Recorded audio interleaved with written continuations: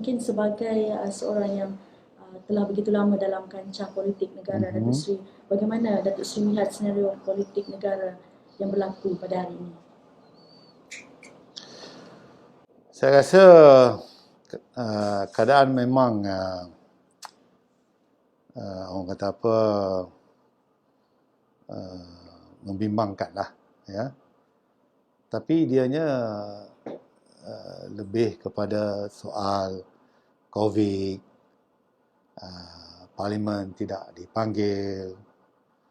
Itu menjadi perkara utama lah.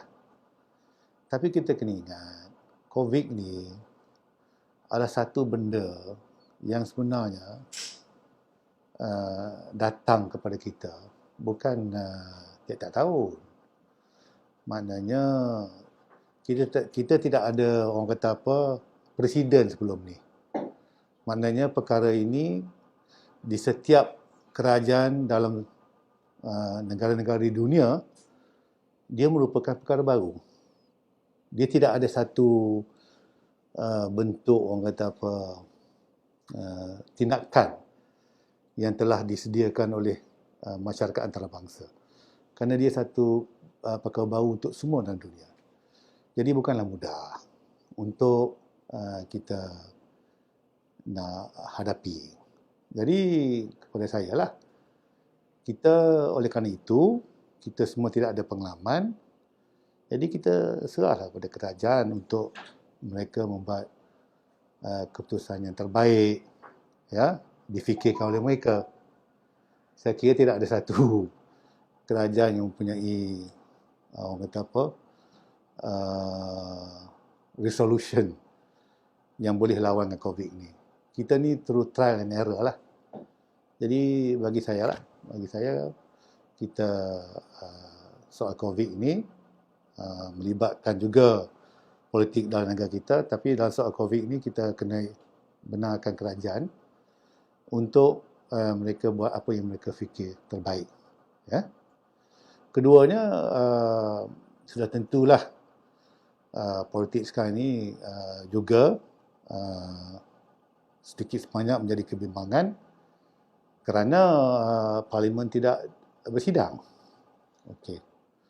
Jadi sekarang pun kita dah tahu sudah ada titah daripada Yang di-Pertuan Agong, dan saya yakin dan percaya itu bahawa kerajaan akan panggil sidang Parlimen secepat mungkin. Tapi kita kena ingat, Parlimen ni bukannya hari ni kita kata nak buat, besok dah boleh. Nak kena bincang, saya difahamkan Perdana Menteri pun dah mengarah jawatankuasa untuk bincang kaedah yang terbaik untuk kita bersidang. Sama ada fizikal ke, ataupun hybrid ke, ataupun daripada rumah ke, macam mana lah. Jadi kita kena bagi masa kepada dia untuk memikirkan bagaimana kaedah Parlimen ini bersidang. Tapi yang penting apabila Perdana Menteri memberi komitmen, itu sebaik saja masalah yang perlu difikirkan dapat diputuskan, dan dia akan mengadakan sidang. Bagi saya cukup lah. Yang penting kena ada.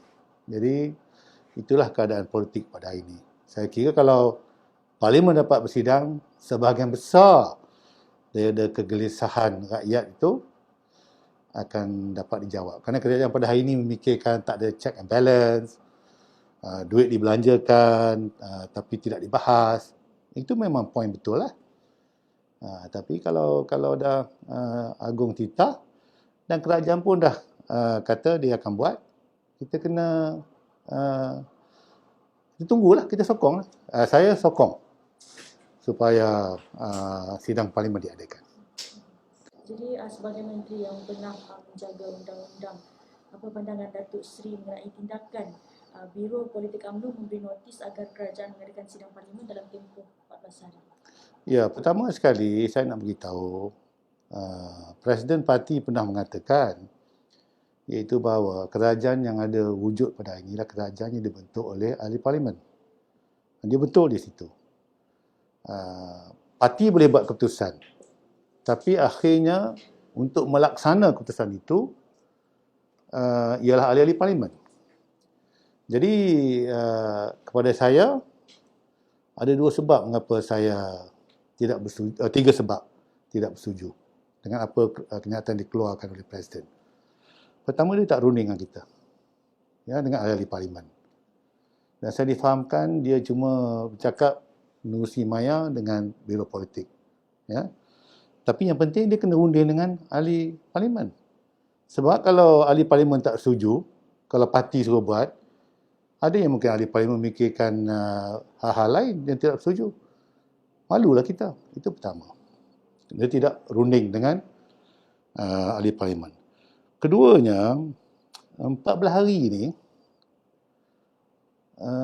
saya rasa kalau kita nak buat parlimen, kita kena buat ikut peraturan betul. Supaya tidak ada lagi bila rumah dah siap, pahat bunyi ke apa ke. Jadi kita kena pasti.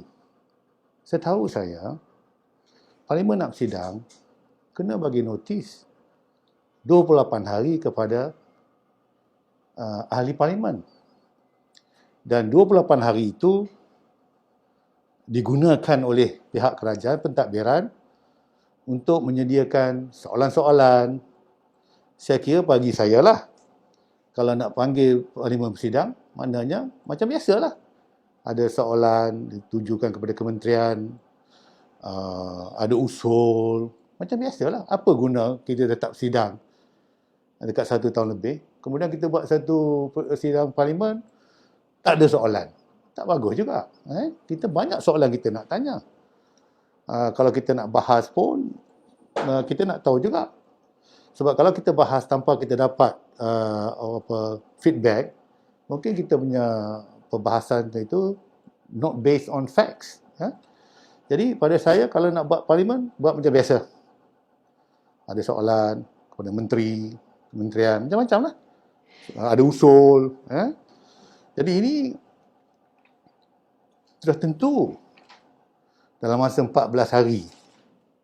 Mungkin tak boleh buat. So, kalau notis dia 28 hari, you bagi tempoh dalam masa 14 hari, memang tak boleh buat lah. Adalah orang bagi tahu pada saya, kata, oh, mungkin apa yang saya cakap tak betul sebab 14 hari itu beginilah begitu. Tak. Kita bercakap dengan press, tak penting apa kita fikir. Yang penting apa yang press terima. Saya kata, press terima bahawa ini dalam 14 hari kena buat. Ini yang percakapkan dalam social media, kan? Diorang nak kata you tak faham apa dimaksudkan 14 hari itu untuk ni. Dia kata tak penting tu. Yang penting apa persepsi orang ramai. Persepsi orang ramai ialah UMNO bagi orang kata tempoh 14 hari untuk ada parlimen. Jawabnya tak boleh. Jadi bagi saya, kita nak bagi amaran kepada orang, biarlah kita faham orang tu boleh buat. Kalau tak boleh buat, macam mana? Dah tentu memang. Saya boleh garanti dalam 14 hari ni, parlimen tidak akan bersidang. Tak malu kita sebagai parti. Itu kedua. Ketiganya, pada hari ini, Pimpinan Agong telah buat keputusan iaitu bahawa apabila datang PRU, maka pada ketika itu kita berpisah. Apabila datang PRU. Ini PRU ni kita tak tahu bila. Tapi dalam 14 hari dah kita bagi amaran. Apa amarannya? Amarannya kalau dalam 14 hari, kan, kita kalau kerajaan tak buat, maka apa? Nak putus hubungan. Kita diberi mandat hanya untuk putus hubungan kita masa PRU aja. Ini belum PRU lagi. Ya. Jadi ini menunjukkan ketiga alasan saya, maka mengapa saya tak setuju. Yang terakhir, saya tak setuju dengan kenyataan Presiden. Balik kepada soal tadi, kita hanya boleh putus hubungan melalui PRU. Ya. Jadi bermakna pada waktu sekarang ni, kita masih memberi kerjasama lah kita dalam kerajaan. 11 orang menteri, ahli parlimen kita menteri, 9 orang jadi timbalan menteri, GLC ahli parlimen kita masih berkawan ni. Bila kita masih lagi berkawan, bermakna bukan caranya kalau kita nak minta kepada rakan kita supaya membuat sesuatu. Masih rakan bersatu, PAS, masih rakan lah. Kita masih lagi dalam kerajaan. Bukan caranya dengan mengugut. Siapa suka kena ugut, saya nak tanya. Budak kecil kena ugut, dia lawan kita balik. Ini kan parti yang mana presiden dia menjadi Perdana Menteri. Jadi kena ada etika hubungan lah. Maknanya kalau kita kata kita nak supaya dalam 14 hari dia adakan sidang, jumpalah dia dengan Presiden satu, dengan Presiden PAS, dengan Presiden Parti Sabah tu. Beritahulah inilah hasrat kami. Tapi kalau kita bagi amaran, ni amaran menurut saya ni, 14 hari kau tak buat, nak ambil tindakan. Itu bukan berkawan. Jadi dari 4 segi ni, memang kenyataan daripada Presiden UMNO tu memang tak boleh pakai lah itu. Sebab tu saya bangkit benda ni. Dan saya sebagai ahli parlimen, saya pun tidak dirunding tu. Ya? Dan saya tak setuju dengan amaran tu. Baik, sejauh mana pula kebenaran dakwaan ada pemimpin UMNO merancang supaya parti meninggalkan kerajaan pada 1 Ogos nanti? Kalau benar, mengapa mereka bertindak? Okey, saya dengar aja, iaitu pada 1 bulan 8 bahawa parti akan tinggal. Saya nak cakap di sinilah. Saya bercakap sebagai parti saya rasa saya dah tarik sokongan kepada kerajaan ni. Tapi sebagai parti saya fikirkan iaitu bahawa tak boleh buat macam tu. Sebab parti PAU dah kata putus hubungan ni ialah pada PRU. Jadi kepada 1 bulan 8 nak diputuskan hubungan, saya rasa mungkin ramai ahli parlimen takkan ikut. Jadi kita tunggulah 1 bulan 8 ni. Tapi saya merasakan dia boleh buat keputusan 1 bulan 8, tapi ramai ahli-ahli parlimen yang juga merupakan ketua-ketua bahagian, mereka memegang kepada keputusan Perhimpunan Agung UMNO yang lepas yang menyatakan hubungan dengan PN ini hanya akan kita bercerai sebelum PRU pada PRU 15. Jadi ini belum PRU 15 lagi. Dan pilihan raya PRU pun kita tak tahu bila. Jadi saya rasa fikir baik-baik. Jangan nanti membuat satu keputusan yang mana keputusan itu tidak boleh dilaksanakan. Beratnya kalau 30 ahli parlimen tak bersetuju, tak letak jawatan, tak malu kita. Tak berpecah parti kita. Jadi fikir baik-baik. Datuk Seri, ketika Datuk Seri menjadi Setiausaha Agung Barisan Nasional, Datuk Seri pernah dikritik untuk turun ke bawah melontarkan idea-idea kerjasama bersama dengan Anwar Ibrahim. Kemudian kita ada dengar ada pemimpin UMNO menghantar surat kepada Yang di-Pertuan Agong menyokong Datuk Seri Anwar Ibrahim sebagai Perdana Menteri. Pada awal tahun ini pula, Datuk Seri membuat nyataan media menarik semula sokongan kepada Perdana Menteri. Hari ini Datuk Seri dimencadangkan kepada Biro Disiplin UMNO untuk mengambil tindakan ke atas Presiden UMNO Datuk Seri Ahmad Zain Hamidi. Jadi boleh tak mungkin Datuk Seri bagus. Begitu banyak dalaman dan gerakan di tabir yang tidak diketahui oleh ahli-ahli biasa ni. Sejauh mana usaha menaikkan Datuk Seri Anwar Ibrahim sebagai Perdana Menteri, adakah ini benar-benar berlaku dalam kalangan pemimpin UMNO? Okey, saya nak cerita masa saya Seri Agong dulu, memang saya bekerja untuk kita bekerjasama dengan Anwar Ibrahim. Sebab apa? Sebab pada ketika itu kita tak nampak jalan bagaimana kita nak menyelesaikan masalah yang dihadapi oleh UMNO. Pertama, kuat cerita kata UMNO nak dibubarkan. Kedua, kita merasakan tindakan yang diambil oleh kerajaan PH pada ketika itu menzalimi kita. Kita rasa, ya. Kita rasa begitu. Selektif, orang kata apa, prosecution. Jadi pada ketika itu, saya merasakan kalau teruslah kerajaan PH ini selama 5 tahun, saya rasa matilah kita. Ya, mati kita. Jadi saya, mungkin UMNO akan dibubar. Jadi saya nampak ada tingkap, window, yang mana perjanjian dalam PH sendiri, iaitu bahawa selepas 2 tahun, Mahathir akan bagi pada Anwar. Jadi saya fikir, saya nak menggunakan hubungan rapat saya dengan Anwar Ibrahim untuk nak bagi tahu kepada Anwar, janganlah ambil tindakan kepada UMNO. Dengan Mahathir tak boleh. Sebab waktu dia PM lah dia nak bubar UMNO. Jadi saya fikir, insya-Allah kalau Anwar naik, saya boleh bercakap dengan Anwar, gunakan hubungan baik saya dengan dia, cakap pada Anwar, tak usahlah bubar UMNO kan. Kita sayang UMNO. Nombor 2, saya juga fikir saya boleh bercakap dengan Anwar, tak usahlah ambil tindakan, ya, terhadap kami, ahli-ahli politik kami, kan. Diiyakan oleh Tommy Thomas. Jadi pada ketika itu kita tak tahu.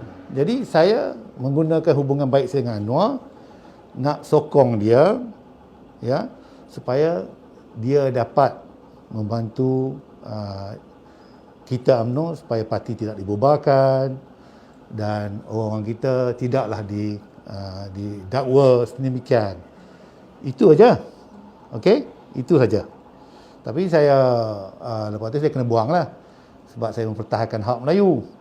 Sebab saya kata kalau orang-orang bukan Melayu mempertikaikan, ni waktu pilihan raya kecil Semenyih, saya kata kalau orang bukan Melayu ni pertikaikan hak Melayu, saya akan buat desakan untuk pertikaikan hak-hak diorang.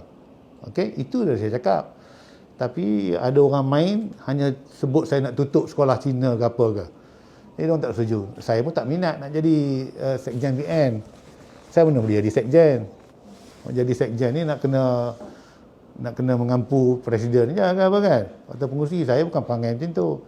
Tapi pada waktu tu Zahid kata ambil lah, kerana tak ada siapa nak jadi sekjen BN. Offer kat Kari pun dia kata Kari tolak. Jadi tak laku. Jadi saya pun fikir tentang BN, saya ambil lah. Lepas tu diorang buang saya pun saya happy, saya tak bising. Saya lega. Okey, baik.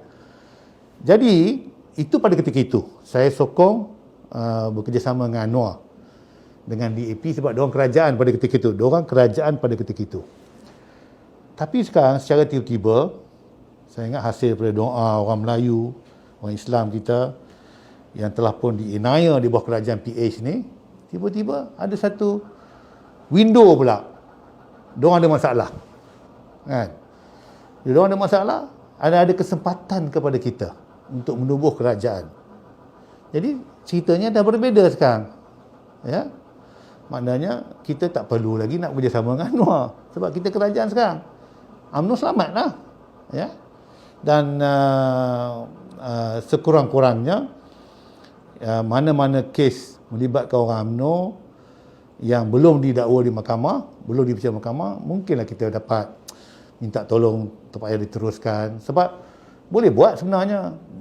Kes Gol Im kita tahu kan, halfway boleh withdraw kan. Jadi pada saya, selepas kerajaan PH jatuh, tak payah kerjasama dah dengan Anwar dan dengan DAP, sebab kita dah merintah sekarang. Tambah pula PAU baru ni kata no anon do DAP, lagi senang kita. Jadi sebab itu kepada saya, kalau orang melihat ada perubahan, itu ialah kerana fakta. Pada ketika itu kita tak nampak jalan macam mana kita nak selamatkan UMNO. Tapi sekarang kita dah merintah, so senang. Sekarang ni kita ikut apa yang Pimpinan Agung UMNO kata, no Anwar, no DAP. Bila kata no Anwar tu maknanya no PKR lah. No Anwar, no DAP. Dan yang lagi satu tu apa? Kita putus hubungan dengan bila mari PRU. Jadi kita tak tahu bila PRU. Kalau PRU 2023, mana? 2023 nanti. Kita bukan sekarang. Tapi apa yang pelik, walaupun PAU kata jangan ada kerjasama dengan Anwar, no DAP, tapi kita terkejutlah dengan audio Presiden yang jelas membelakangkan keputusan PAU. Ya, no DAP. Dan dia sekarang ni dia kerjasama. Audio tu jelas menunjukkan. Dan sebelum tu pula, dia membawa surat tunjuk kepada Agong bahawa Anwar mendapat sokongan daripada ahli-ahli parlimen. Tak runding dengan kita pun. Dan saya percaya tidak dirunding pun dengan parti. Tapi dia bagi surat kepada Agong mengatakan kita sokong Anwar. Sebab tu Anwar kata dia ada satu majoriti yang cukup formidable. Tapi jelas tak betul. Jadi kepada saya ini kesalahan besar. Sebab tu saya kata kalau tindakan diambil kepada ahli UMNO yang mengkhianati parti, apa yang dilakukan oleh Zahid ni, apa dia? Itu saja. Jadi Datuk Seri, sejak Oktober tahun lalu, dikatakan ada usaha ahli Parlimen UMNO menandatangani SD atau akuan berkanun untuk menyokong Anwar Ibrahim.